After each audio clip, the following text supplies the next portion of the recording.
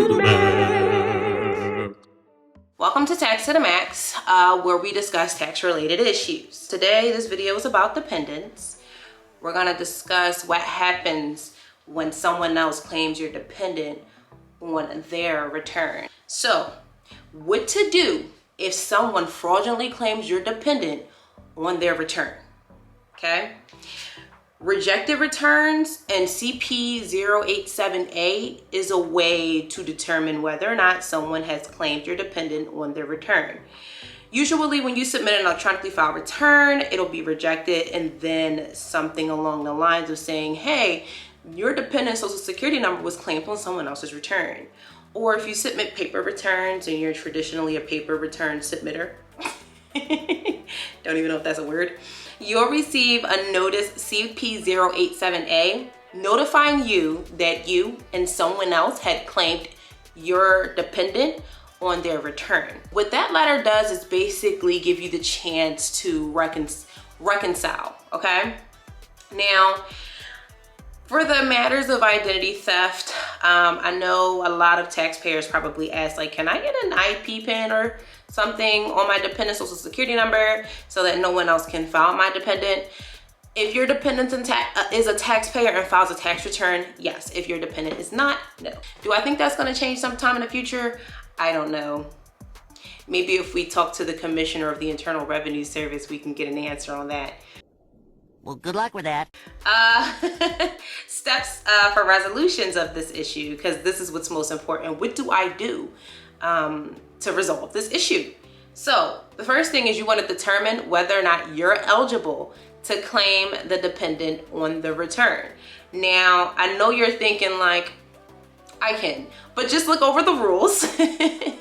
Look over some of your tax laws and things like that, just to make sure you're in compliance. You don't want any issues. Another thing you can do is if you've electronically submitted your return and it was rejected for the reasons that someone else claimed your dependent's social security number on their return, go ahead and submit a paper return. Now, with everything going on, coronavirus, it might take a while for them to process your return, but at least you are able to claim your dependent on the return. And there's also some benefits to that as well. Both parties will receive a CP 087A. Just notifying both parties that, you know, somebody claimed somebody on their return. It gives you, like I said before, it gives you the opportunity to reconcile. So with that being said, either one person who filed the dependent has to submit a 1040X to remove their dependents from the return, which is an amended United States individual income tax return. When you submit that, you're basically saying, hey, this is not my dependent and I'm going to remove this dependent off of my return in order to reconcile the issue. Now, as a result, if either party decides not to remove the dependent from the return, then we have a possible audit, okay? This is when the Internal Revenue Service steps in and says, hey, we see that you guys weren't able to squash this out on your own, but we really don't care. We just want to verify who is actually eligible to claim the child. All right? And so, or the dependent, whether it be an older person you're taking care of, a dependent, who is eligible to claim this dependent. And so they do this by sending out letters. And so those notices or letters will state, or any type of correspondence that's sent will state, hey, we're reviewing your return, right? We're auditing you and you're with exams and we need you to send A, B, C, D, and E. We need you to prove to us that you've actually taken care of this person for most of the year, more than half of the year. For whatever reason, if you know you don't comply, you don't respond, then there's a possible tax assessment that will be taking place on your account. And when a tax assessment takes place on your account, everything is taken into consideration. They're assuming that, you know, because you did not rightfully file the dependent on the return, you're seen as seen guilty at this moment. And so you'll be assessed back taxes, back penalties, and back interest from the moment that you filed the return. And on top of that, you may be required to recertify your dependent on your return. So make sure that you comply and respond to the audit. That way, if you comply and respond to the audit, you should only go through this process once. And then, once, it's been solidified, you can finish processing your return. Of course, one party isn't going to be able to provide that information, but if they are, then that's a different situation. Another thing that I wanted to make you guys aware of is there is a form, right? There's this form called the 886HDEP. And it's basically a way for you to prove your entitlement before exams. So say for whatever reason, you're like, I know for a fact that I've cared for this dependent for more than half of the year. I have the proof to prove that before being audited or prior to audit.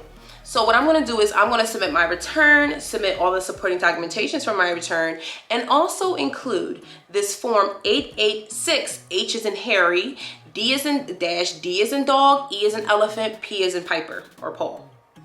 And I'm gonna go ahead and submit this as well, along with all the information that they're asking me for, supporting documentation for that form. Because that form is basically saying, hey, prove to me that you're the dependent, period. That's it.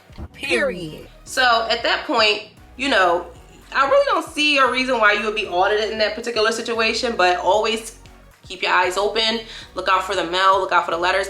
And even if you received your refund, you can still be audited. So, say you submit your paper or electronically file a return and you have a dependent on there that wasn't supposed to be on there. You forgot to remove him. He was supposed to be claimed by your wife, your ex-wife, or something of the sort. So say that happens. And both of you get the refund. And then you get this notice in the mail. Hey, we noticed that you and your ex-spouse claimed this child on your return, CP087A. What are you going to do about this?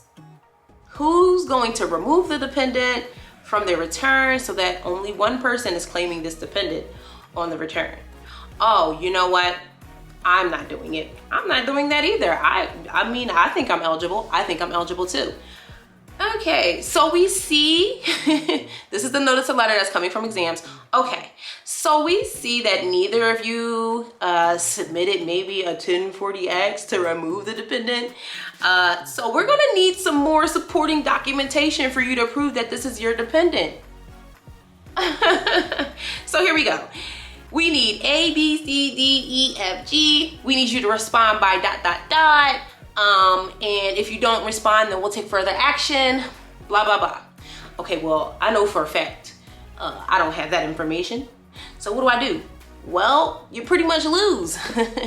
If you can't prove that you have claimed this, that you have the eligibility to claim this dependent on your return, then you lose. You lose the game of claiming the dependent. All right? So that's pretty much all I had to say.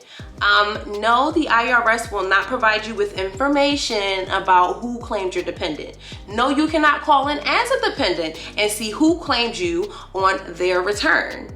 Okay, that's considered a security breach. The Internal Revenue Service cannot access anyone's account without authorization. So there's no way for the Internal Revenue Service to find out who claimed your child or your dependent. And they also don't care whether you know the person or not. That's the reason why they go through the procedures of audit, to make sure that whoever did claim your dependent will never claim your dependent again if they're not supposed to. All right, and if they are, they would need to be recertified. All right, and in order to recertify, you need supporting documentation again. The Internal Revenue Service just wants you to prove that this is your dependent, that you are eligible to claim this dependent. If not, you have to remove the dependent from the return. The way you do so, you submit a 1040X. That's an amended U.S. individual income tax return. If you go on irs.gov, you open up the search engine, put 1040X as in xylophone or x-ray, press that search button, and then the form along with the instructions pop up, you fill it out, and you go about your day. So that's how you pretty much resolve that issue. Does it take a long time? Yes. How long does it take? Sometimes 6 months, sometimes a year. It depends on how fast you respond. It depends on whether or not the information you have on your account is up to date. You know, if your address is old, you never get the letter, you call, what's going on? What's the status of my return? Oh, we sent out a letter, when? I didn't get that. make sure everything is up to date on your account on the yearly basis. I say check in every November, December, just to check if your account is up to date, especially if you have identity theft on your account and you're expecting to receive a CP01A every year. Just make sure that information is up to date. You know, when you file your return, make sure you have that information up to date. Okay? If the address that you live at is different from the address that you filed, make sure you have that information up to date, because when that letter goes out, it goes to the address that is on the return. Once you receive it, or the most recent address that they have on file, once you receive that notice, respond as soon as possible. If you want it to get done faster, respond faster. All right? All right. Oh, and also, if they provide contact information on notice or letter, call that number. If they're busy, call back another time. I can't stress this enough. Now, you can call the regular 1-800-829-1040 number. They're open Monday through Friday, 7 a.m. to 7 p.m. your local time, but there may be a long hold and it might be outside of their expertise. So just be sure that when you're calling that number, that you are within the guidelines of the letter that you received. All right, follow directions. Read the notice or letter. All right, the whole thing. All right. So if you guys have any questions or concerns, go ahead, drop your comments at the bottom. If you like this video, go ahead and like it. If you want to subscribe so you can see more videos related to taxes, federal taxes for that matter, state taxes, local taxes, county taxes, city taxes, anything related to taxes, go ahead and follow this. Thank you for watching, and you guys have a nice day.